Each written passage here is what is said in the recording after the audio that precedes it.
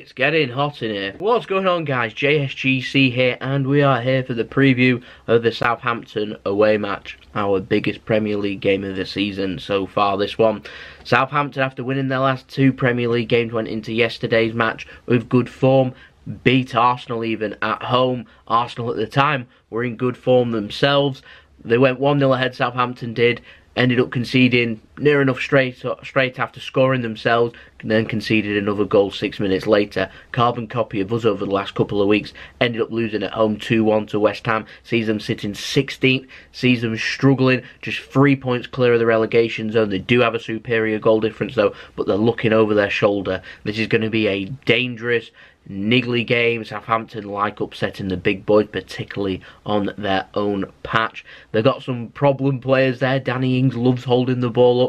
Striker that was scoring goals for fun, I think, at the beginning of the season. Seems to have slowed down a little now. They've got pace out wide. They've got players like Redmond. They've got some powerful hitters in the middle like Højbjerg.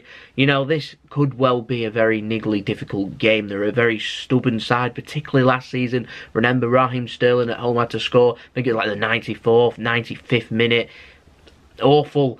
Oh, man. And then, remember, in the last game of the season, for us to come Centurions, it took a 90-plus minute goal from Gabriel Jesus. They are a stubborn side, very defensive. They're under new management now. Mark Hughes no longer there, so it'll be interesting to see how they do. All I'm thinking is that they're going to sit tight and sit deep in this game. A 0-0 for them is a very good result. Let's not forget, a 0-0 for us isn't so good. It keeps a clean sheet, but realistically, we need a win in this game. So I'm not too sure going with Raheem Sterling and Leroy Sané in this game.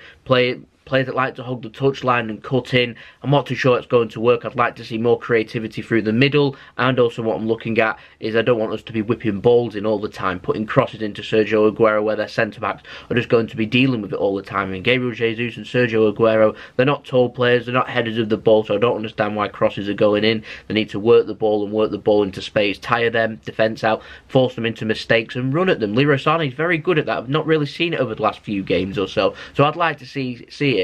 Now, we did do it against Leicester, 20 minutes or so. The first 20 minutes was perfect. They were working the ball well, they were working it into space. They managed to play themselves in and around Leicester's defence, managed to score a goal. We didn't see it again for the next 70 minutes or so. I'm not too sure why. I presume it was because we were put under pressure, and like I said, them scoring relatively early after us scoring themselves puts us under pressure, so we need to cut that out. And to do that, they need to stop making defensive mistakes. I'm expecting Southampton to put balls into our box. We struggle with being ran at. They haven't got too many players that are quick. They've got some players that will cause problems. Like I said, Redmond, expect him to start on the right. Manchester City without Fabian Delph in this game, without Benjamin Mendy. We're playing a makeshift left back. We might not even go with a left back. We might go with a left wing back, someone like Leroy Sané in this game. I'll get to that in a moment. But I imagine they'll be targeting it down there. They'll be looking to try and cut in and make things happen. So our defence needs to be extra careful. Like I said, I wouldn't be surprised to see three at the back to try and cut that threat out. And if that is the case, balls will then go into the box. And if balls are going into the box, then one of our best headers of the ball is Otamendi. So if we can keep his position and keep his head, I think we'll be okay. I've seen it numerous times this season where Otamendi been brilliant at dealing with balls into the box. For Manchester City though, we're dealing with no Bravo, so like I said, we'll have Muric on the bench. We've had that throughout the whole season. No Benjamin Mendy, we've got no Fernandinho probably, we've got no Vincent Kompany either, so I would expect to see Otamendi at some point in this game. We've got no Delph, he's suspended. Who we're going to see at left back, so that's for you guys to decide. Leave that in the comments below. I'll let you know my thoughts in a moment. For us, I'm expecting some changes. I'd like to see creativity in the middle. I'd like to see us go with a very strong midfield. Strongest midfield we can field without Fernandinho being there, in my opinion, is Gundogan, Van de Bruyne and also David Silva. Now, I won't be surprised to see Bernardo Silva have a rest. He looks like he needs a rest in this game, and have him going again into January. I won't be surprised to see him go out wide and look for a little bit more creativity.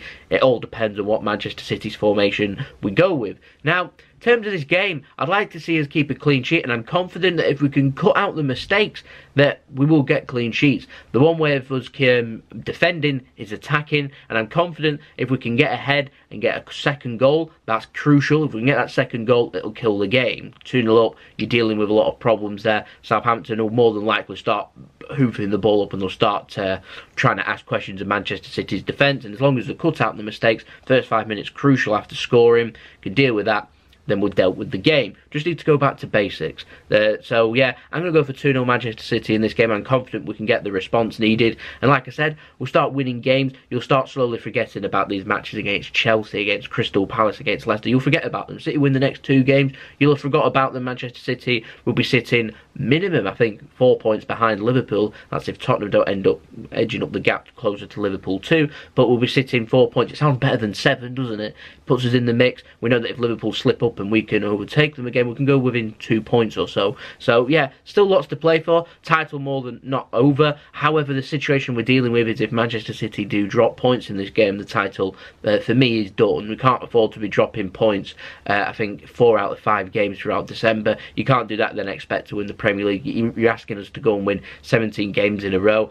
Doable, but now impossible. I don't think it'll happen, not with League Cup, FA Cup and Champions League games coming up too. Players will need rest, and I can guarantee if we keep players needing rest, and the longer we go in competitions and the more we need to change things, the more likely it is then that we'll start dropping points. So now impossible in my opinion. So we're needing to, while we've got the chance to pick up points in these next 2 games, we need to do so. But first, our mind should be focused only on Southampton and winning this game. I'll take any win if I'm honest. Just get back to winning ways. Gives us something to work for going into the new year. Now, for my team, I've gone for this. I'll put my team selection up for you now. I've gone for the formation of a 4-3-3 or a 4-5-1, however you want to see it. How Manchester City normally line up. I have done an alternative, but I'm not going to pop that one up because I don't think we're going to play that. But first up, I've gone for Ederson in goal. I've gone for Walker to return to right back. I would have had Danilo starting at right back. However, I feel like with no left back, Danilo is a more than suitable option. We saw it against Burnley last year. I didn't think he had too bad a game there,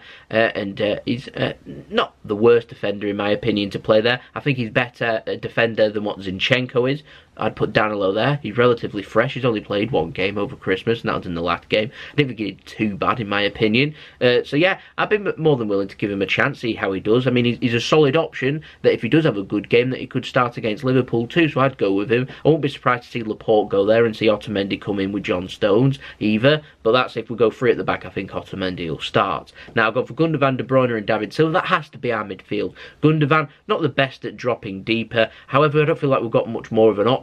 I don't want to see John Stones there, so we haven't really got anyone else to go there whilst Fernandinho's injured. And I've gone for De Bruyne and David Silva because we haven't seen it since last season, and De Bruyne now starting to slowly get back to full fitness. David Silva came on as a substitute, so I see no reason why he can't go and do 60-70 minutes in this game and see what happens. Obviously our 2 best midfielders, so I'd go with them. Gone for Mahrez, Sané and Jesus.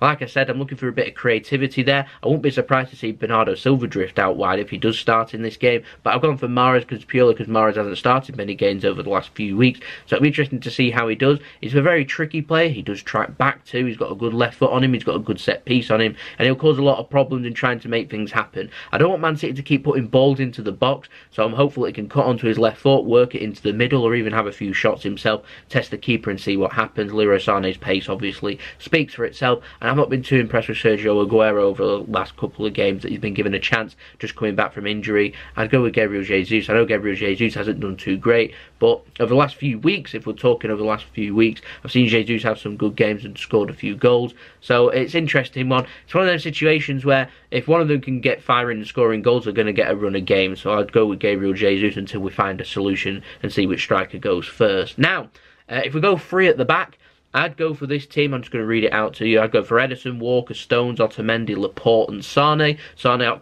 acting as a wing-back. Gundogan, De Bruyne, David Silva sitting in a 3 in midfield. We could see 2 up top. Would we go with Mahrez or Sterling possibly if that's the case? And then either Aguero or Jesus. We could even see Aguero and Jesus in a 2 striker up front. That'd keep Southampton guessing, wouldn't it? So it's very unpredictable in what Manchester City is going to go for, because we've got no Mendy, we've got no Delph.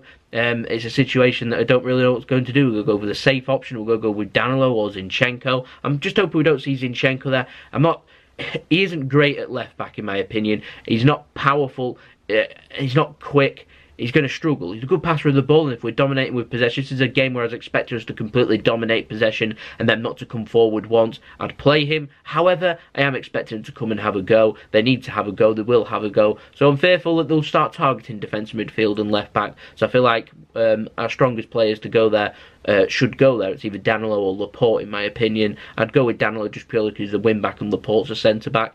And when you keep playing centre backs out of position, you're asking for danger, so I'm fearful there. But this game, crucial, our most important game of the season so far in the Premier League. It's a must-win, and it tells me if we win this game that we're still up there as a title contender. We drop points, Liverpool pick up a win, and Tottenham pick up a win. Starts to tell me that we're drifting away, and actually, perhaps we should start thinking about other cups, trophies, Champions League, and just trying to secure a top 4 finish and see where we go from there. I know it sounds a bit negative, but when you're sitting, 9-10 points behind Liverpool going into the game against them, they're in a load of run of form and we're not.